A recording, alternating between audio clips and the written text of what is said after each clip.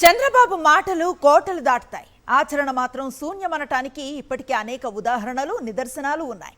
స్వాతంత్ర్య దినోత్సవ సందర్భంగాను republic day జెండా వందన కార్యక్రమం తర్వాత ఆడబిడ్డల స్వేచ్ఛ స్వాతంత్ర్యాల విషయంలో బాబు చేసే ప్రకటనలు ఔరా అనిపిస్తాయి. కానీ ఆయన పాలనలో ఆ స్ఫూర్తి ఏమాత్రం ప్రతిఫలించటం లేదు. చిత్తశుద్ధి లేని చంద్రబాబు వ్యాఖ్యలు, ప్రకటనలు, విధానాలపై ప్రముఖ జర్నలిస్ట్ కొమ్మినేని శ్రీనివాసరావు కామెంట్ ఇప్పుడు చూద్దాం. ఆడబిడ్డల జోలికి ఎవరైనా వస్తే తాట తీస్తా, ఇది ముఖ్యమంత్రి చంద్రబాబు నాయుడు తరచు చేసే హెచ్చరిక. ఆయన స్వాతంత్ర దినోత్సవ సందర్భంగా కూడా తన ప్రసంగంలో ఈ ప్రస్తావన చేశారు. ఆయన చిత్తశుద్ధితో ఈ కామెంట్ చేసి ఉంటే మహిళలే కాదు, ఏపీలో శాంతి భద్రతలు కోరుకునేవారు ఎవరైనా స్వాగతిస్తారు.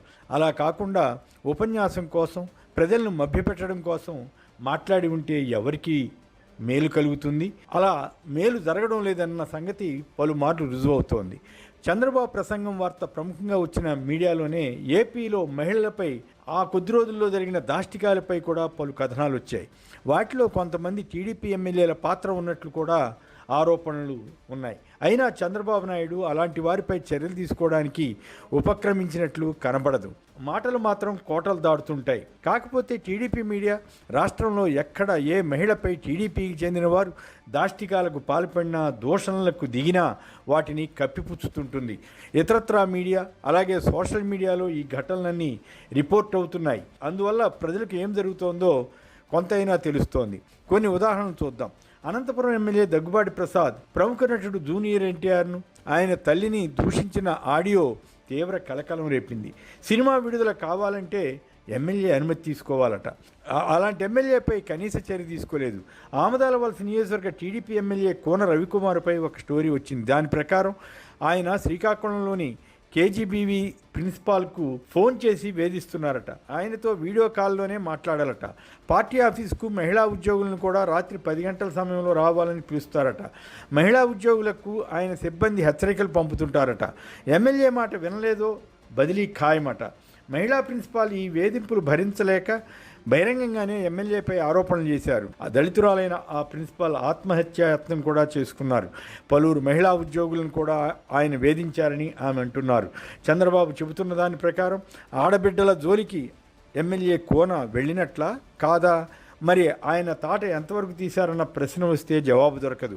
ఈ గొడవ గత కొంతకాలంగా సాగుతూనే ఉన్నా ప్రభుత్వం పట్టించుకోలేదని చెబుతున్నారు. చంద్రబాబుకు అన్ని విషయాలు చేరవేయడానికి పనిచేసే నిఘా వ్యవస్థ ఏం చేస్తున్నట్లు? ఇక మరో ఎమ్మెల్యే ఉదంతం చూద్దాం.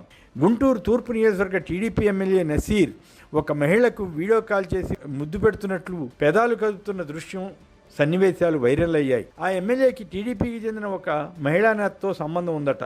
దీంతో ఆ మహిళా నేత భర్తే సంబంధిత వీడియోని ప్రచారంలో పెట్టారట. ఇక కళ్యాణదుర్గంలో జరిగిన ఘటన అత్యంత విషాదభరితంగా ఉంది. శ్రావణి అనే గర్భిణి ఆత్మహత్య చేసుకుంది. ఆత్మహత్య చేసుకోవడానికి ముందు ఆమె ఒక ఆడియో రికార్డ్ చేశారు. అది సోషల్ మీడియాలో వైరల్ అయింది. భర్త, అత్తమామలు తనను వేధిస్తున్నారని ఆమె పోలీస్ స్టేషన్లో కేసు పెట్టారు. అయితే భర్త టీడీపీకి చెందినవాడు కావడంతో కళ్యాణదుర్గం మాజీ మున్సిపల్ చైర్మన్, మాజీ వైస్ చైర్మన్ తదితరుల ఒత్తిడితో పోలీసులు ఆ కేసును వేరే రకంగా డైవర్ట్ చేయడానికి ప్రయత్నించారని శ్రావణి ఆరోపించారు. టీడీపీ ప్రభుత్వం, పోలీసులు తన ఆత్మహత్య కారణమని ఆమె చెప్పిన ఆడియో వింటే ఎవరికైనా బాధ కలుగుతుంది. ఇలాంటి ఘటనలు ఒకటి కాదు, కూటమి ప్రభుత్వం వచ్చాక అనేకం జరిగాయి. మహిళలపై పలు అత్యాచార ఘటనలు సాగుతూనే ఉన్నాయి. ఉప ముఖ్యమంత్రి పవన్ కళ్యాణ్ గతంలో సుగాలి ప్రీతి అనే మహిళా హత్య కేసు గురించి గొంతెత్తి అరిచేవారు.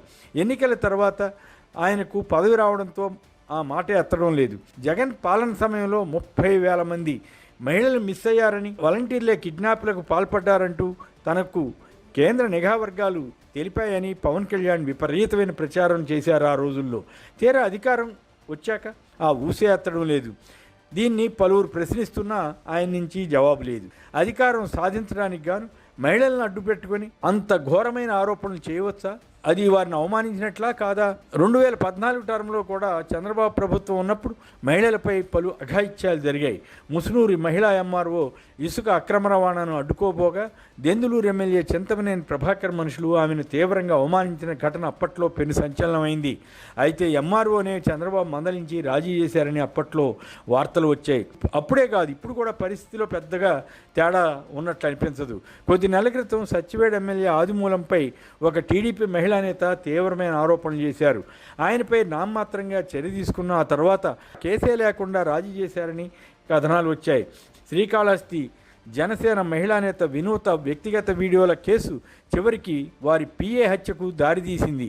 వినూత దంపతులు ఇదంతా టీడీపీ ఎమ్మెల్యే సుధీర్ రెడ్డి వల్లే జరిగిందని ఆరోపించారు. అయినా గంభీరంగా చంద్రబాబు స్వాతంత్ర దినోత్సవం నాడు కానీ ఇతర సభల్లో కానీ ఆడబిడ్డల జోలికి వస్తే తాటతీస్తానని ప్రకటిస్తుంటారు. దీన్ని కూడా వైసీపీకి ఆపాదించి విమర్శలు చేయడానికి ప్రయత్నిస్తారు తప్ప స్త్రీలపై అఘాయిత్యాలకు పాల్పడిన వారిపై చిత్తశుద్ధితో చర్యలు తీసుకున్నట్లు అనిపించదు. అందుకే చంద్రబాబు చెప్పే మాటలను ఎంతవరకు నమ్మాలో అర్థం కాని పరిస్థితి ఏర్పడుతోందని ప్రజలు వ్యాఖ్యానిస్తున్నారు. ఇది ఆంధ్రప్రదేశ్లో మహిళలకు ఉన్న భద్రత అన్నమాట.